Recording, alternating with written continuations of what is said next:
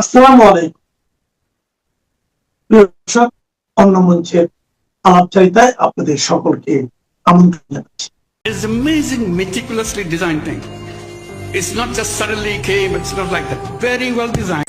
2024 সালের জুলাই সন্ত্রাসের আগে 2016 সালেও বাংলাদেশে এক ভয়ঙ্কর জুলাই এসেছিল হোলি আর্টিজানে 30 জন মানুষকে হত্যার ভেতর দিয়ে, যাদের মধ্যে 20 জন ছিলেন বিদেশি নাগরিক। আপনার কি মনে হয় হোলি আর্টিজানের সন্ত্রাসীরা কি চেয়েছিল? একটি জঙ্গিবাদী শাসন ব্যবস্থা, তাই তো? নাকি সিরিয়ার আইসিসের মতো শাসন ব্যবস্থা হোক বাংলাদেশে, সেটাই কি চায়নি তারা? আর 2024 সালের জুলাই সন্ত্রাসীরা কি চেয়েছে? তারা কি গণতান্ত্রিক সেকুলার বাংলাদেশ চেয়েছে? মুক্তিযুদ্ধের ভিত্তিতে অর্জিত বাংলাদেশকে অক্ষুণ্ণ রাখতে চেয়েছে? চায়নি। হোলি আর্টিজানের সন্ত্রাসীরা চেয়েছে সিরিয়ার মতো বাংলাদেশ। আর তুমি কে আমি কে রাজাকার রাজাকার স্লোগান দিয়ে শুরু করে 2024-এর সন্ত্রাসীরা শেষ পর্যন্ত বাংলাদেশকে একটি জঙ্গি রাষ্ট্র হিসাবে প্রতিষ্ঠা করেই ফেলেছিল প্রায়। মাঝখানে তারেক রহমানের বর্ধিত ইউনূস সরকার বসিয়ে বিদেশিরা একটি পুরোপুরি জঙ্গি রাষ্ট্র হওয়া থেকে বাংলাদেশকে থামিয়েছে বটে, কিন্তু তাতে শেষ রক্ষা হবে বলে মনে হয় না।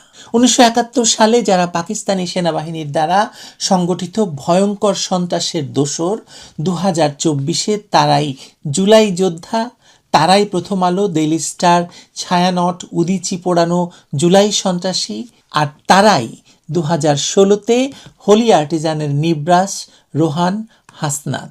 আসুন 2016-র সঙ্গে 2024-এর জুলাইকে মিলিয়ে পাঠ করা যাক, মেলানো যাক 1971 সালের জুলাইকেও। কতটুকু মিল আর কতটুকু বেমিল এই 3 জুলাইয়ের মধ্যে? শুধু ভুলবেন না যে 2024-এর জুলাইয়ে কিন্তু সন্ত্রাসীরা ক্ষমতা পেয়েই 2016 সালের সন্ত্রাসীদের মুক্তি করে দেয় 1971 সালে যুদ্ধাপরাধের দায়ে মৃত্যুদণ্ডপ্রাপ্ত আসামিকে বানায় সংসদ সদস্য।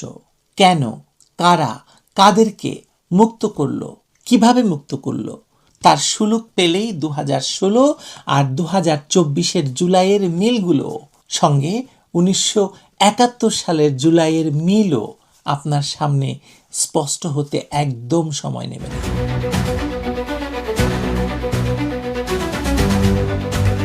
2016 সালের 1 জুলাই রাত 9:40 ঢাকার অভিজাত গুলশানের 79 নম্বর সড়কে হোলি আর্টিজান বেকারিতে 5 সশস্ত্র জঙ্গি প্রবেশ করে। তাদের হাতে ছিল ক্রুড বোমা, চাপাতি, পিস্তল। তারা কয়েক ডজন মানুষকে জিম্মি করে, তারপর শুরু করে নির্মম হত্যাযজ্ঞ। নিহতদের মধ্যে 9 জন ইতালির, 7 জন জাপানের, 1 জন ভারতের, 3 জন বাংলাদেশের নাগরিক। পুলিশের 2 কর্মকর্তা ঘটনাস্থলে ছুটে গিয়ে শহীদ হয়েছিলেন। হামলার দায় স্বীকার করল ইসলামিক স্টেট।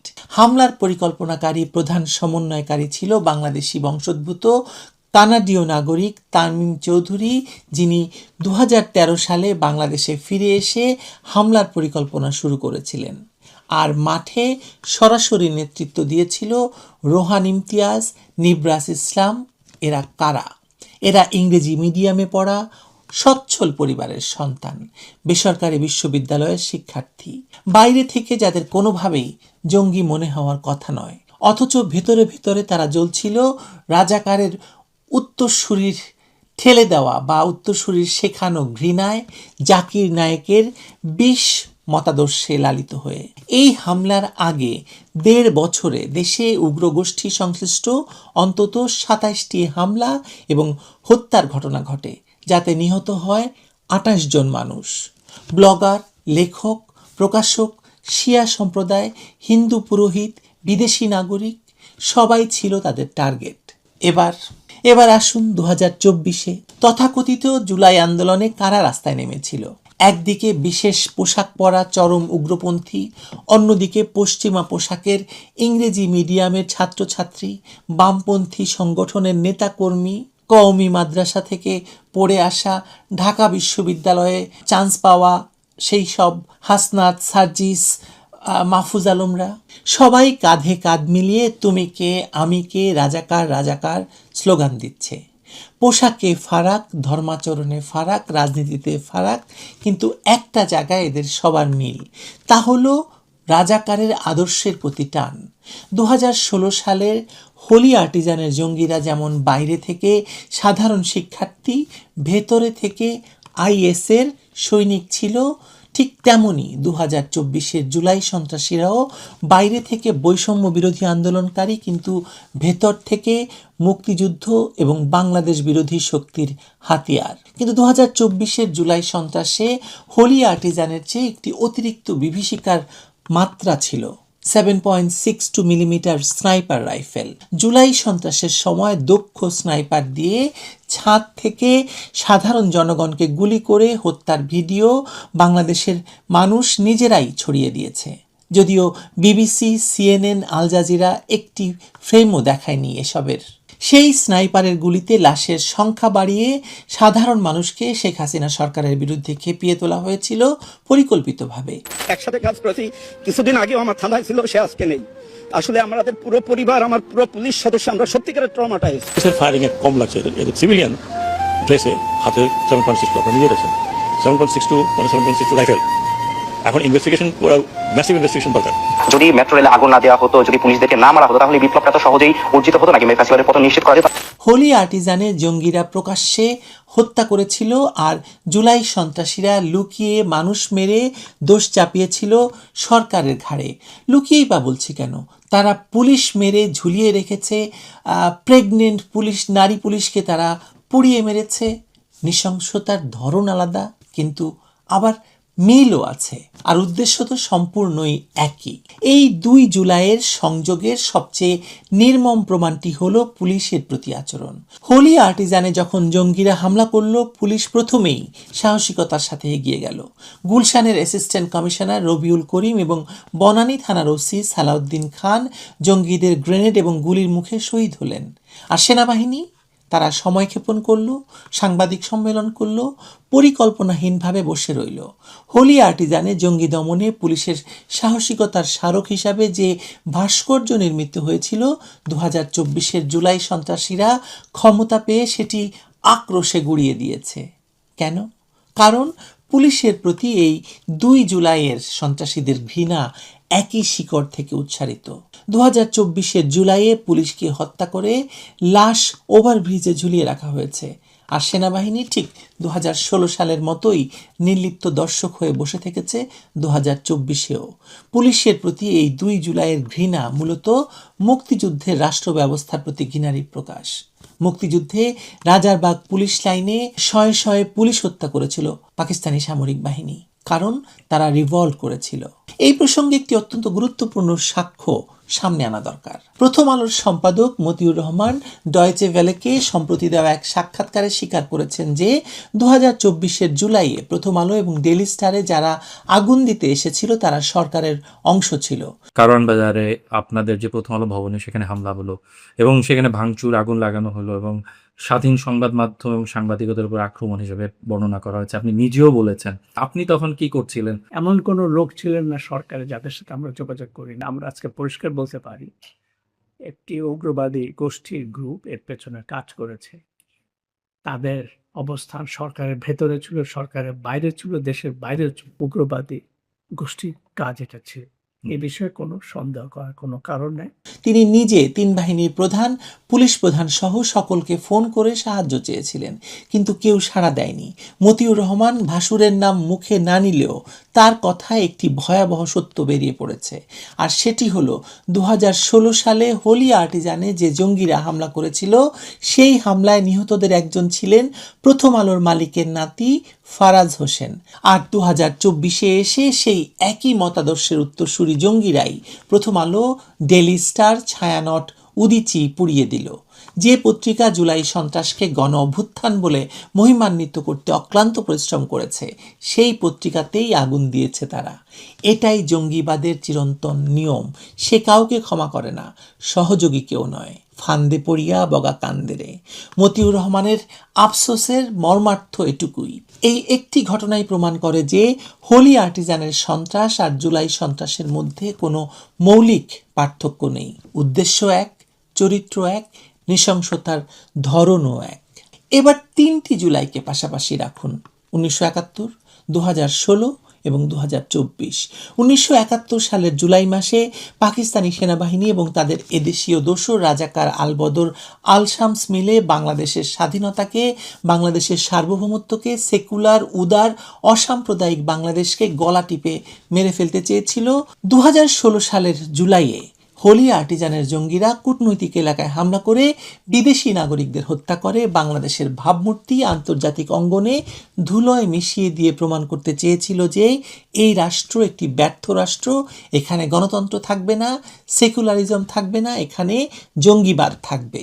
আর 2024 জুলাইয়ে মোল্লা মিলিটারি ডিপ স্টেটের মেটিকুলাস ডিজাইনে পরিচালিত জুলাই সন্ত্রাসীরা সেই একই লক্ষ্যে পরিচালিত হয়েছে, বাংলাদেশের স্বাধীনতার বিরুদ্ধে, বাংলাদেশের সার্বভৌমত্বের বিরুদ্ধে, সেকুলার উদার বাংলাদেশের বিরুদ্ধে, উন্নয়নের বাংলাদেশের বিরুদ্ধে, অসাম্প্রদায়িক বহুত্ববাদী বাংলাদেশের বিরুদ্ধে, আওয়ামী লীগের বিরুদ্ধে, মুক্তিযোদ্ধাদের বিরুদ্ধে এবং সর্বোপরি একটি গণতান্ত্রিক বাংলাদেশের বিরুদ্ধে।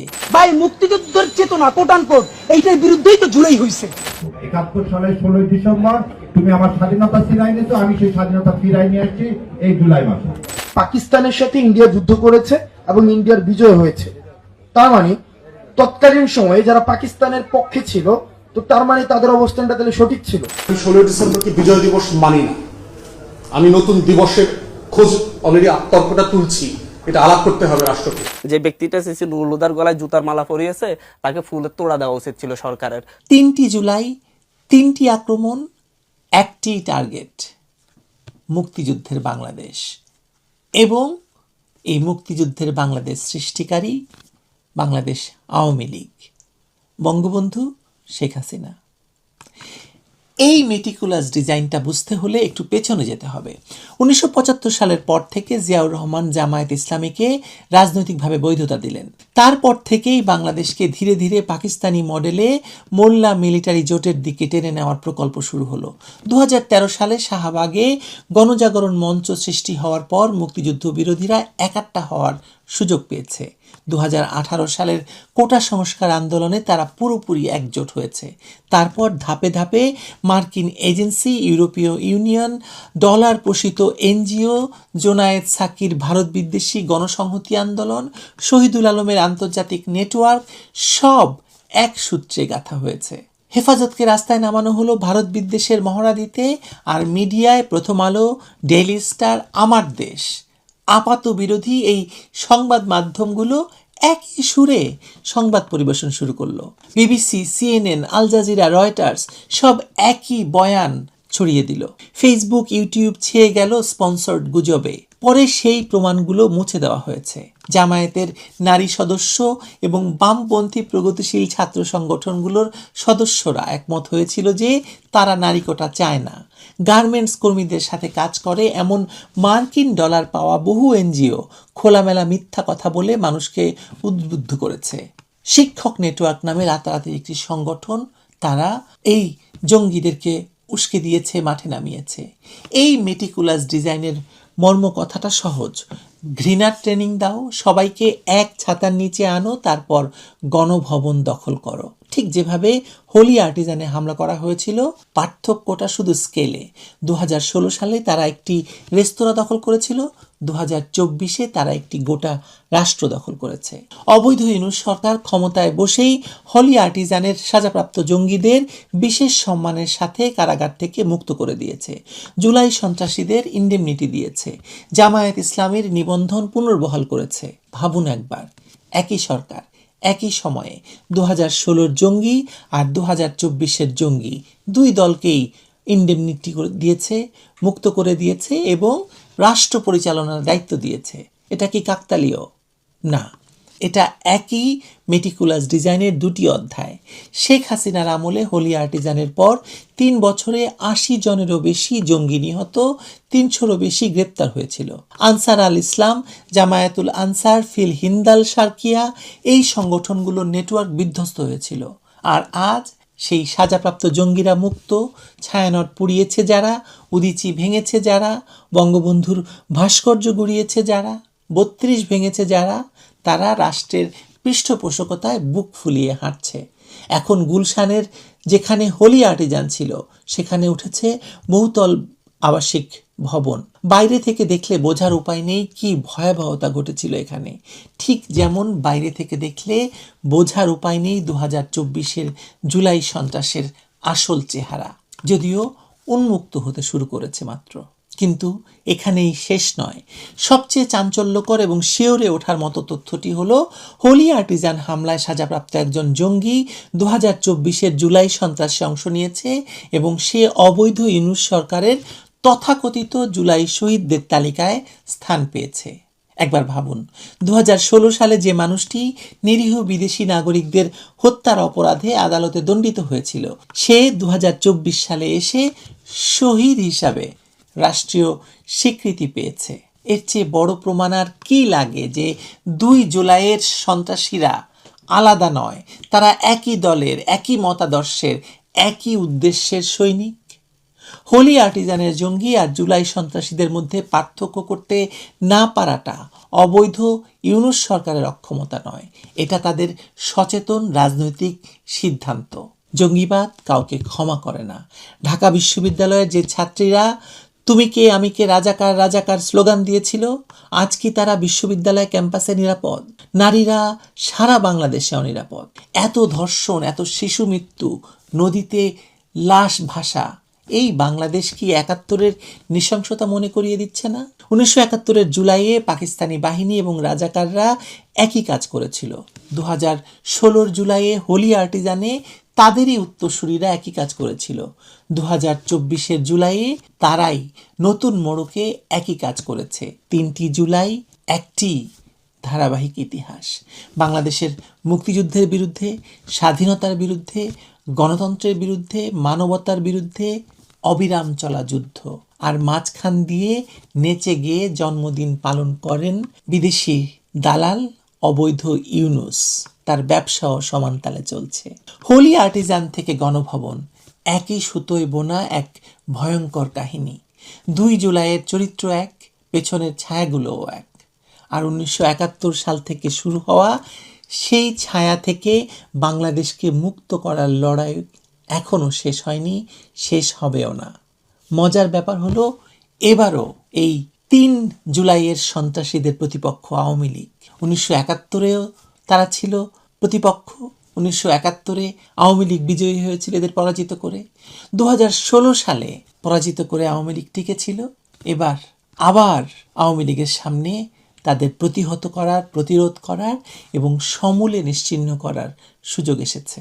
আওয়ামী লীগ সেই সুযোগ, সে নেতৃত্ব দেবে কিনা সেটা আওয়ামী লীগ সিদ্ধান্ত নিয়েছে এবং বাংলাদেশের মানুষ আওয়ামী লীগের সঙ্গে আছে সেটাও বোঝা যাচ্ছে। এবার হয়তো আর ক্ষমা করবে না। সে 71-এর জুলাইয়ের রাজাকার হোক, 2016 সালের জঙ্গি হোক, আর 2024 সালের জুলাই সন্ত্রাসী এবং তাদের সহযোগীরা হোক। দর্শক, সাজ্জাদ কাদিরের শুভেচ্ছা নিন। আজকে বিকেল থেকে সন্ধে নাগাদ ভারতের সব বাঘা বাঘা বড় বড় গণমাধ্যম, সেটি দিল্লি থেকে শুরু করে কলকাতা পর্যন্ত, বড় খবর যে ভারত বড় ধরনের সামরিক কেনাকাটা করতে যাচ্ছে। এখন প্রশ্ন আসছে যে ভারত কি তাহলে যুদ্ধের প্রস্তুতি নিচ্ছে? 52,000 কোটি টাকার মেগা ডিফেন্স ডিল, এমন শিরোনামে সয়লাভ ভারতীয় গণমাধ্যম। আবার কোন কোন গণমাধ্যম শিরোনাম করছে যে লক্ষ কোটি টাকার সামরিক সরঞ্জামাদি ক্রয় করার আজকে মিটিংয়ে, আজকে ডিফেন্স মিটিংয়ে অনুমোদন দেবার এমন খবর আদি দিয়ে ভারতীয় গণমাধ্যমগুলো সয়লাভ। যার কারণে প্রশ্ন আসছে যে ভারতকে আসলে যুদ্ধের প্রস্তুতি নিচ্ছে। আমি গণমাধ্যমের খবর বাদ দিলাম। এই অঞ্চলে, এই ধরুন ভারত, পাকিস্তান, বাংলাদেশ, চীন, এই অঞ্চলটা জুড়ে, অর্থাৎ ভারত সীমান্ত জুড়ে আমি একটা যুদ্ধের ফ্লেভার পাচ্ছি। একটা যুদ্ধ বেঁধে যেতে পারে যে কোনো সময়। চীনের সঙ্গে না হলেও, চীন যুদ্ধের মধ্যে না ঢুকলেও, কিংবা ভারত না ঢুকলেও, ভারত ঢুকতে চাইবে না, চীনও ঢুকতে চাইবে না, কারণ চীন উন্নতির শিখরে যাবার জন্য 2 নম্বর দেশ পৃথিবীর, 2 নম্বর অর্থনীতির দেশ, 1 নম্বর মার্কিন যুক্তরাষ্ট্র, 2 নম্বর থেকে 1 নম্বরে যাওয়ার জন্য চীন প্রাণান্তকর চেষ্টা করে যাচ্ছে। যদি যুদ্ধে জড়িয়ে যায় তাহলে সেটি ক্ষতিগ্রস্ত হবে, বাধাগ্রস্ত হবে, চীন সেটি করবে না। আবার ভারতও অর্থনীতিতে শীর্ষ 4র্থ অর্থনীতির দেশ বিশ্বের। ভারতও এগিয়ে যেতে চাইছে যুদ্ধকে পেছনে ফেলে, কিন্তু পায়ে পা লাগিয়ে যুদ্ধ বাঁধাবার জন্য বিশেষ করে পাকিস্তান খুব বড় ধরনের একটা চেষ্টায় আছে।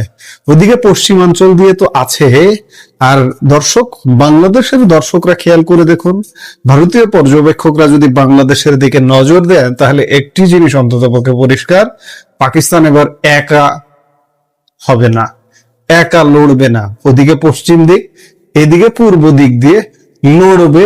এটি বাংলাদেশের বর্তমান সমীকরণ, রাজনৈতিক সমীকরণ সেটি বলছে। এখন আমরা দেখতে চাই যে ভারত কেন এত যুদ্ধাস্ত্র ক্রয় করছে, সংবাদ মাধ্যমগুলো কি বলছে। এই যখন অবস্থা, তখন আসলে প্রশ্নই আসছে যে দক্ষিণ এশিয়ার ভূ রাজনীতিতে কি আবার কোনো বড় ঝড় উঠতে চলেছে? ভারত কি এক অলিখিত যুদ্ধের প্রস্তুতি নিচ্ছে? ভারতীয় সংবাদ মাধ্যমগুলোর এই আজকের প্রতিবেদনগুলো পুরো এশিয়া জুড়ে তোলপাড় সৃষ্টি করেছে। ভারতের প্রতিরক্ষা মন্ত্রক হঠাৎ করে 52,000 কোটি রুপির এক বিশাল সামরিক কেনাকাটার অনুমোদন দিয়েছে। হ্যাঁ, ঠিকই শুনেছেন, 52,000 কোটি রুপি। কিন্তু প্রশ্ন হলো, হঠাৎ কেন এই বিশাল আয়োজন? ভারতের আকাশ ও স্থল সীমান্তে কি কোনো বড় বিপদ ঘনিয়ে আসছে? আসন্ন কোনো যুদ্ধ রুখতে কি ভারতের এই রণপ্রস্তুতি? বাংলাদেশ ও ভারতের কোটি কোটি দর্শকের জন্য এই মুহূর্তে আমরা বিশ্লেষণ করব ঠিক কি কি মারাত্মক অস্ত্র কিনছে ভারত এবং কেন এই পদক্ষেপ। মূল খবরে আসা যাক। ভারতের কেন্দ্রীয় প্রতিরক্ষা মন্ত্রী রাজনাথ সিং এর নেতৃত্বে ডিফেন্স অ্যাকুইজিশন কাউন্সিল বা ডিএসির একটি অত্যন্ত গুরুত্বপূর্ণ বৈঠকে মিলিত হয়েছিল। এই বৈঠকে 3 বাহিনীর অর্থাৎ ভারতের সেনা, নৌ ও বিমান বাহিনীর সক্ষমতা বহুগুণ বাড়িয়ে দিতে প্রায় 52,000 কোটি রুপির প্রতিরক্ষা ক্রয় প্রস্তাবের অনুমোদন বা অ্যাকসেপ্টেন্স অফ নেসেসিটি দেওয়া হয়েছে। যারা প্রতিরক্ষা বিষয়ক খবরাখবর রাখেন তারা জানেন AON হলো ভারতের সামরিক সরঞ্জাম কেনার প্রথম এবং সবচেয়ে গুরুত্বপূর্ণ ধাপ। এরপরেই শুরু হয় দরপত্র আহ্বান এবং চূড়ান্ত চুক্তি প্রক্রিয়া। কিন্তু এবারের এই প্যাকেজের মূল লক্ষ্য কি জানেন? এবারের মূল ফোকাস হলো নেক্সট জেনারেশন বা পরবর্তী প্রজন্মের air defence, anti drone system, surveillance এবং আনম্যান্ড ওয়ারফেয়ার অর্থাৎ চালকবিহীন যুদ্ধ প্রযুক্তি। চলুন এবার দেখে নেওয়া যাক ভারতের স্থল বাহিনী বা ইন্ডিয়ান আর্মি এই 52,000 কোটি রুপির বাজেট থেকে কি কি আধুনিক অস্ত্র পাচ্ছে। এই তালিকায় 1 নম্বরে রয়েছে অত্যন্ত আধুনিক anti UAV electronic warfare system, যার নাম দেওয়া হয়েছে আকাশ তরঙ্গ। প্রতিরক্ষা মন্ত্রকের দেওয়া তথ্য অনুযায়ী এই আকাশ তরঙ্গ সিস্টেমটি ভারতীয় সেনাবাহিনীর বিভিন্ন ফরমেশনকে শত্রুপক্ষের ড্রোন ও চালকবিহীন বিমান আক্রমণ থেকে নিশ্ছিদ্র নিরাপত্তা দেবে।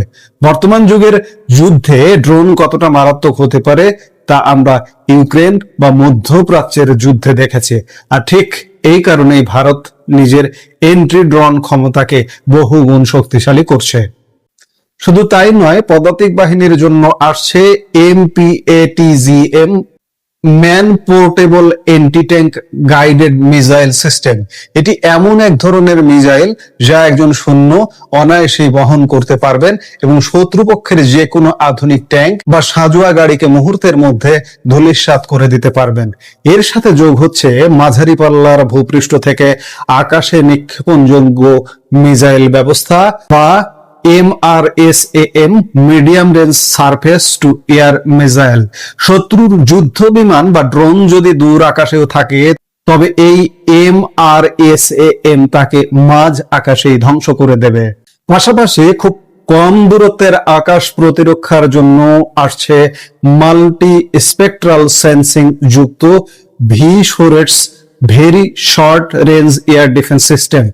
শত্রুপক্ষ যদি ভারতের রাডার বা ডিফেন্সকে ফাঁকি দেওয়ার জন্য কোনো কাউন্টার মেজার বা বিভ্রান্তিকর প্রযুক্তি ব্যবহারও করে, এই ভিসোরেটস এর মাল্টি স্পেকট্রাল সেন্স সেই ফাঁদ ধরে ফেলবে এবং নিখুঁত আঘাত হানবে। আর ট্যাঙ্ক সুরক্ষার জন্য আনা হচ্ছে এন্টি প্রোটেকশন সিস্টেম।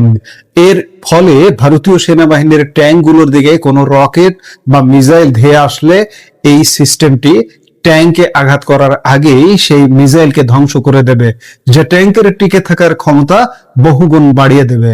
আর সবচেয়ে চমকপ্রদ সংযোজন হলো জেট বেসড কেমিকাস ড্রোন সিস্টেম। এই সুইসাইড ড্রোনগুলো অত্যন্ত দ্রুত গতিতে ইলেকট্রনিক ওয়ারফেয়ারের মাধ্যমে শত্রুর উপর মরণঘাতী আঘাত হানবে, যা একই সাথে খরচ কমাবে এবং যুদ্ধক্ষেত্রে ভারতের জয় নিশ্চিত করবে। স্থলভাগের পর এবার নজর দেওয়া যাক সমুদ্রের দিকে। ভারত মহাসাগরীয় অঞ্চলে আধিপত্য বজায় রাখতে ইন্ডিয়ান নেভি বা নৌবাহিনীর জন্য এই ডিএসসি বৈঠকে বড়সড় ছাড়পত্র দেওয়া হয়েছে। নৌবাহিনীর জন্য কেনা হচ্ছে মাল্টি ইনফ্লুয়েন্স গ্রাউন্ড মাইন। এই অত্যাধুনিক সামুদ্রিক মাইনগুলোর কাজ কি জানেন? এগুলো সমুদ্রের নিচে এমন এক অদৃশ্য প্রাচীর তৈরি করবে, যার ফলে শত্রুপক্ষের যুদ্ধ জাহাজ বা সাবমেরিন ভারতের জল সীমায় স্বাধীনভাবে চলাচল করতে পারবে না। অর্থাৎ শত্রুর নৌ তৎপরতাকে সম্পূর্ণ স্তব্ধ করে দেওয়ার ক্ষমতা রাখবে এই MIGM। এর সাথে যুক্ত হচ্ছে নেভাল শিপবোর্ন আনম্যান্ড এরিয়াল সিস্টেম। এটি মূলত যুদ্ধ জাহাজ থেকে পরিচালনা করার মতো উন্নত সেন্সরযুক্ত ড্রোন ব্যবস্থা। গভীর সমুদ্রে শত শত মাইল দূর পর্যন্ত শত্রুর অবস্থান ও গতিবিধির ওপর সার্বক্ষণিক নজরদারি বা সিচুয়েশনাল অ্যাওয়ারনেস বাড়াতে এটি নৌবাহিনীকে সাহায্য করবে। আর প্রযুক্তিগত দিক থেকে স্বাবলম্বী হতে ভারত একটি বড় পদক্ষেপ নিয়েছে। তারা ইলেকট্রনিক প্রপালশন সিস্টেম বা বৈদ্যুতিক চালিত জাহাজের মোটর মূল্যায়নের জন্য একটি ল্যান্ড বেসড টেস্টিং ফ্যাসিলিটি স্থাপন করতে যাচ্ছে। এর ফলে ভবিষ্যতে ভারতীয় নৌবাহিনীর যুদ্ধ জাহাজগুলোর গতি ও গোপনীয়তা আরো বৃদ্ধি পাবে। দর্শক, স্থল আর সমুদ্রের পর এবার আসা যাক আকাশের প্রতিরক্ষায়। ইন্ডিয়ান এয়ারফোর্স বা বিমান বাহিনীর শক্তির পালকে যুক্ত হতে যাচ্ছে এক অবিশ্বাস্য প্রযুক্তি। ডিএসসি বিমান বাহিনীর জন্য অনুমোদন করেছে fixed wing based high altitude pseudo satellite. নামটা একটু জটিল শোনালেও এর কাজ কিন্তু চমৎকার। এটি আসলে এমন এক ধরনের ড্রোন বা এয়ারক্রাফট যা সাধারণ বিমানের চেয়ে অনেক উঁচুতে, প্রায় মহাকাশের কাছাকাছি বা স্ট্র্যাটোস্ফিয়ারে দিনের পর দিন এমনকি মাসের পর মাস ভেসে থাকতে পারে। প্রতিরক্ষা মন্ত্রকের তথ্য অনুযায়ী এই সিউডো স্যাটেলাইট ভারতকে অবিরাম গোয়েন্দা তথ্য সংগ্রহ, সার্বক্ষণিক নজরদারি, রিমোট সেন্সিং এবং টেলিকমিউনিকেশন বা যোগাযোগের ক্ষেত্রে এক বিশাল সুবিধা দেবে। সাধারণ স্যাটেলাইট বা উপগ্রহের চেয়ে এর খরচ অনেক কম, কিন্তু এর মাধ্যমে ভারতের বিমান বাহিনী শত্রু সীমান্তের ভেতরে প্রতিটি নাড়াচাড়া লাইভ বা সরাসরি দেখতে পাবে। এর ফলে বিমান বাহিনীর অপারেশনাল রিস্ক বা কার্যক্ষমতার পরিধি এবং সহনশীলতা আকাশচুম্বী হবে। এখন আসি আসল প্রশ্নে, যা থাম্বনেল দেখে আপনাদের মনে জেগেছে। ভারত কেন সামরিক সক্ষমতা এত দ্রুত বাড়াচ্ছে? যুদ্ধ কি আসলে আসন্ন? আসলে বিশ্ব রাজনীতির বর্তমান প্রেক্ষাপট যদি আমরা বিশ্লেষণ করি, তবে দেখা যাবে রাশিয়া ইউক্রেন যুদ্ধ এবং মধ্যপ্রাচ্যের উত্তেজনা প্রমাণ করে দিয়েছে যে আধুনিক যুদ্ধক্ষেত্রে ড্রোন এবং আকাশ প্রতিরক্ষা ব্যবস্থা কতটা গুরুত্বপূর্ণ। ভারত তার দুই প্রতিবেশী দেশ চীন এবং পাকিস্তানের ড্রোন ও মিসাইল প্রযুক্তির দ্রুত উন্নয়নকে খুব কাছ থেকে পর্যবেক্ষণ করছে। সীমান্তে যে কোনো আকস্মিক ড্রোন হামলা বা আকাশপথের হুমকি মোকাবেলা করতেই ভারত এই 52,000 কোটি রুপির এন্ট্রি ড্রোন ও এয়ার ডিফেন্স মেগা ডিল চূড়ান্ত করেছে। এটা কোনো আসন্ন যুদ্ধের নিশ্চিত সংকেত নয়, বরং একে বলা যায় ডিটারেন্স বা প্রতিরোধ গড়ে তোলার কৌশল। অর্থাৎ ভারত নিজেকে সামরিকভাবে এতটাই শক্তিশালী করে তুলছে যাতে কোনো শত্রু দেশ ভারতকে আক্রমণ করার সাহসই না পায়। শান্তি বজায় রাখতে হলে যুদ্ধের জন্য প্রস্তুত থাকতে হয়। আন্তর্জাতিক সম্পর্কের এই পুরনো নীতি মেনেই ভারত তার 3 বাহিনীকে একবিংশ শতাব্দীর আধুনিক যুদ্ধের উপযোগী করে তুলছে। বাংলাদেশ ও ভারতের সম্মানিত দর্শক বন্ধুরা, ভারতের এই 52,000 কোটি রুপির প্রতিরক্ষা কেনাকাটা এবং এই নতুন প্রযুক্তিগুলো নিয়ে কি বলা যায়? বিশেষ করে আকাশ তরঙ্গ কিংবা হাই অল্টিটিউড সিউডো স্যাটেলাইট প্রযুক্তি কি দক্ষিণ এশিয়ার শক্তির ভারসাম্য বদলে দেবে? আমি শুরুতেই যে কথা বললাম যে যুদ্ধের একটা ফ্লেভার পাওয়া যায়, আশঙ্কা পাওয়া যায়, বিশেষ করে পাকিস্তান তো গত বছর ভারতের সাথে 4 দিনের যুদ্ধ করেছে। এরপরে যদি একটা দীর্ঘস্থায়ী যুদ্ধ হয়, আমি বললাম তো যে বাংলাদেশকেও জড়িয়ে ফেলবে, যার কারণে ভারত ওই যে আন্তর্জাতিক সম্পর্কের ক্ষেত্রে একটা কথা আছে যে শান্তি বজায় রাখতে হলে যুদ্ধের জন্য প্রস্তুত থাকতে হয়। ভারত হয়তো সেই প্রস্তুতি থাকছে। এই মুহূর্তের ভিডিও থেকে বিদায় নিতে চাইছি। দেখা হচ্ছে পরবর্তী ভিডিওতে। সে পর্যন্ত ভালো থাকুন।